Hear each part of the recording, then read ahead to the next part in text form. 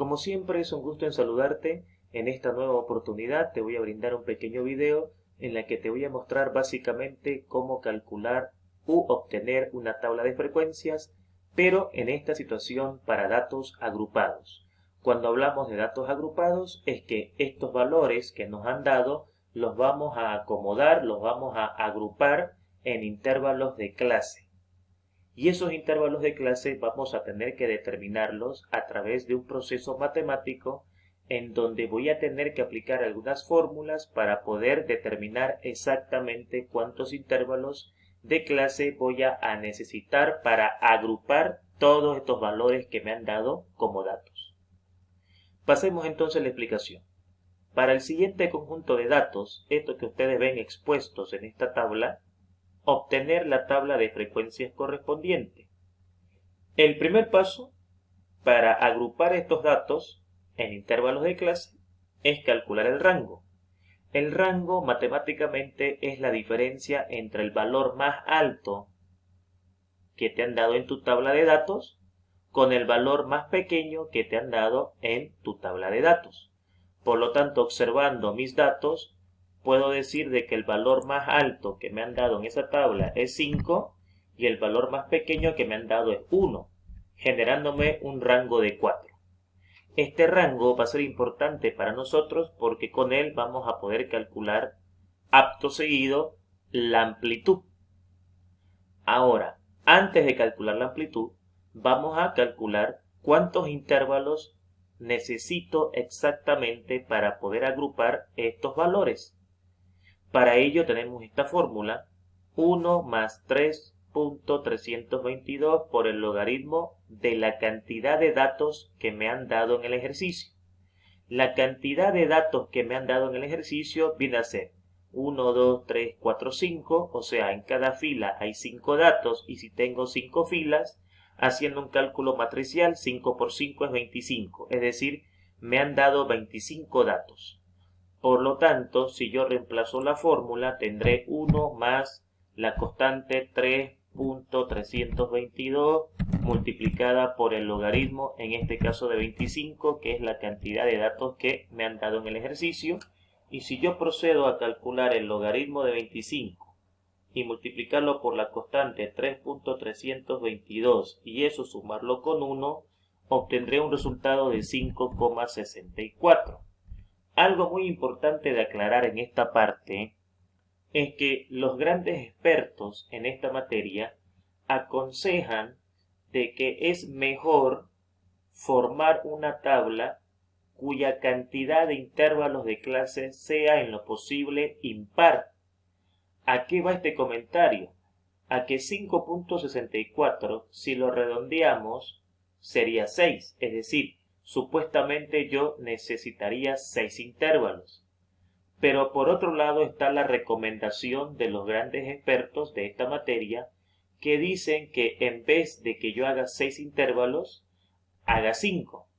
Por lo tanto, es importante entender de que en este cálculo generalmente no se redondea, sino que se ve la forma de que la cantidad de intervalos sea impar por las recomendaciones, vuelvo a repetir, de estos grandes expertos.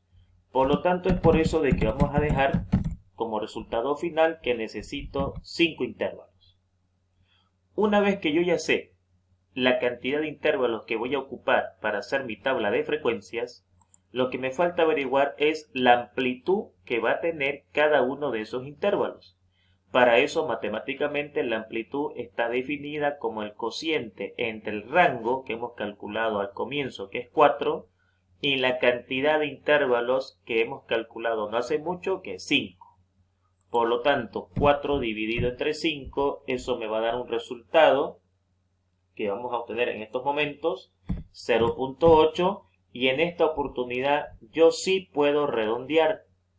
De 0.8 puedo redondear a 1, lo que significa de que cada intervalo va a tener una amplitud de una unidad entre el límite inferior y el límite superior.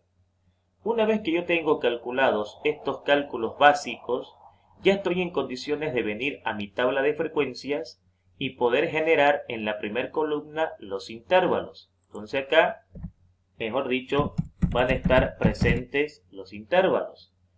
¿Cuántos intervalos? 1, 2, 3, 4, 5, que es lo que me ha recomendado la matemática. ¿Cómo genero el primer intervalo?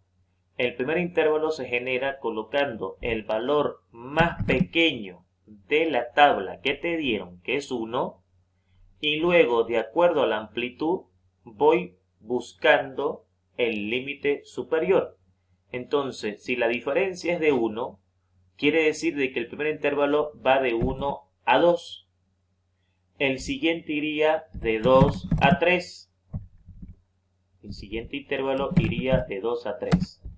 El siguiente intervalo iría de 3 a 4. El siguiente intervalo iría de 4 a 5. Y el siguiente intervalo iría de 5 a 6.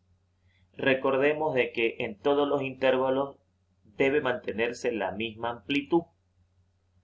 Ahora, lo importante acá es entender de que los mayores exponentes de esta materia aconsejan de que el límite inferior tendrá que ser un intervalo cerrado, es decir, con un corchete, y el límite superior tendrá que ser un intervalo abierto.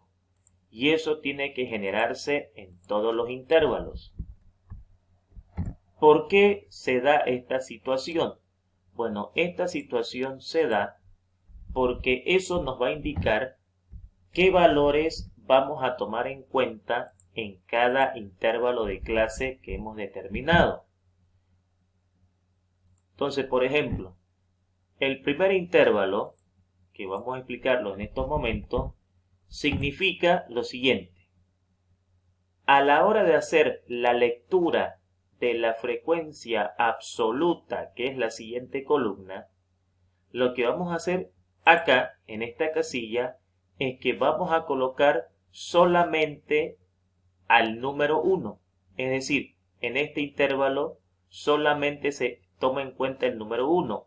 El número 2 no, porque es un intervalo abierto. Ahora, este 2 se va a tomar en cuenta en el siguiente intervalo. Aquí voy a tomar en cuenta el número 2, pero no el número 3, porque ese número 3 va a ser tomado en cuenta en el siguiente intervalo y así sucesivamente.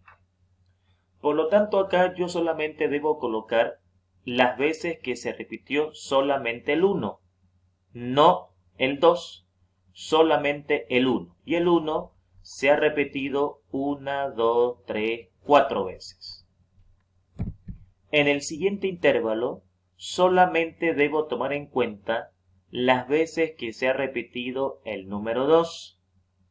Por lo tanto, el número 2 se ha repetido 1, 2, 3, 4 veces.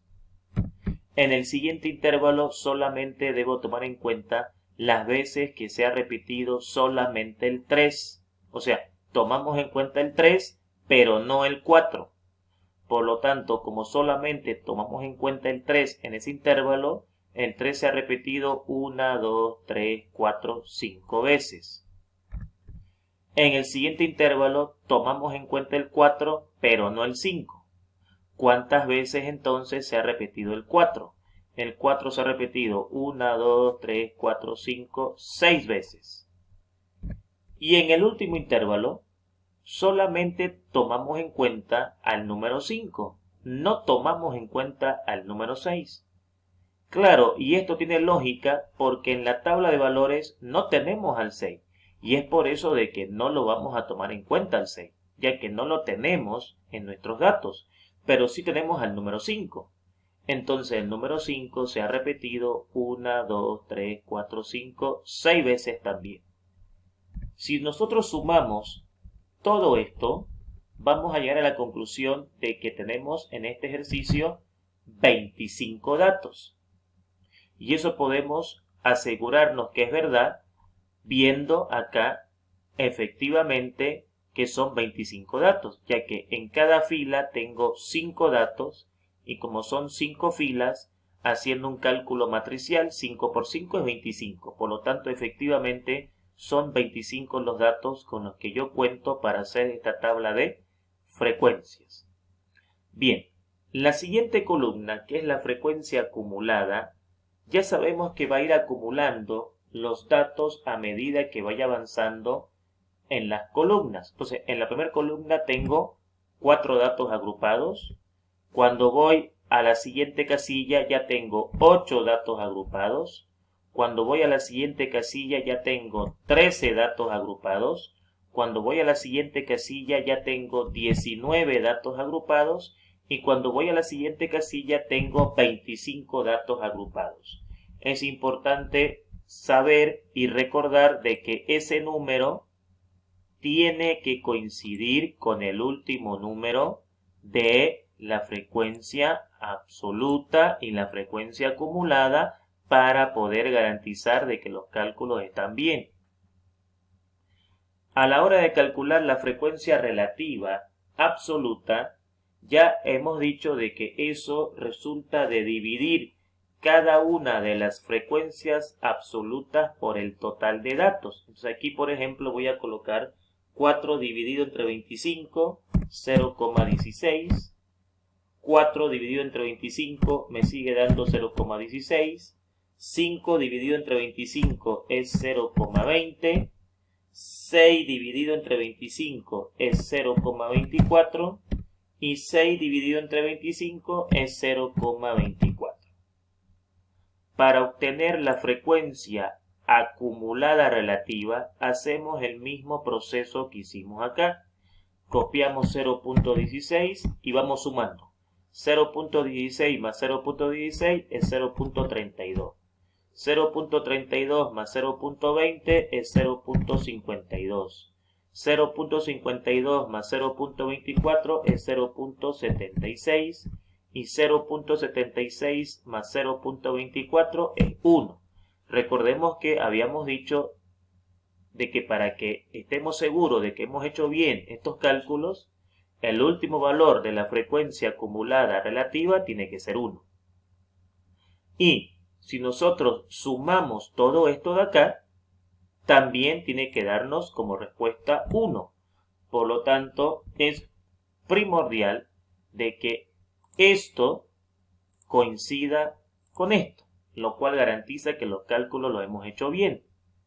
Las últimas dos columnas representan el porcentaje tanto de la frecuencia absoluta relativa como de la frecuencia acumulada relativa. Así que si yo multiplico todo esto por 100, puedo colocarlo aquí. Y si yo multiplico todo esto por 100, puedo colocarlo aquí. Y entonces voy a tener los resultados en porcentaje. Aquí va a dar, por ejemplo, 16%, 16%, 20%, 24%, 24%, lo cual esa suma tiene que darme 100%.